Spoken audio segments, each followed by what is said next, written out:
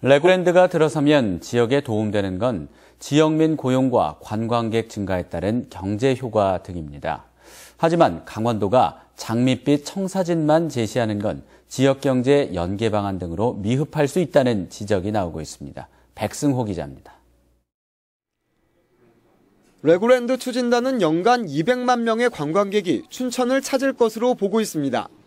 테마파크는 물론 워터파크와 아울렛, 호텔 등이 들어서면 새로 생기는 일자리만 10,000개로 예상됩니다. 하지만 200만 명의 관광객은 현재 운영되는 세계 5개 레고랜드의 관광객 평균보다 40만 명 가까이 더 많은 수치입니다.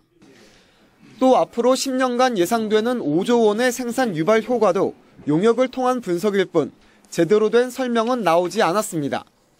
비정규 노동 이런 쪽으로 이제 고용을 창출하게 되면 지역엔 문제가 되는 거죠. 청년 고용, 청년 노동 이쪽으로 창출될 수 있는 방향으로 아마 고용 창출과 관련된 전략이라든가 이런 것들을 짜야 될 거예요. 레고랜드 조성에 투입되는 예산은 5천억 원이 넘습니다.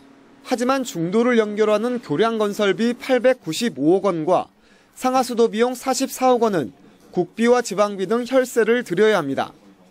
절대로 이건 공익사업이라고 볼 수가 없거든요.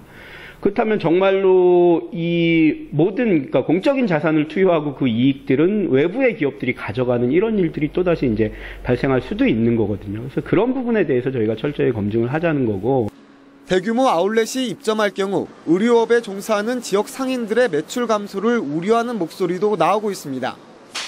레고랜드 추진단은 아직 사업 시작 단계라며 지역 경제 연계 방안 등은 차차 구체화될 것이라고 설명했습니다.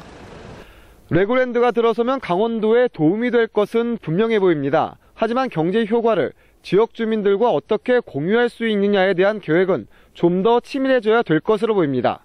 MBC 뉴스 백수호입니다.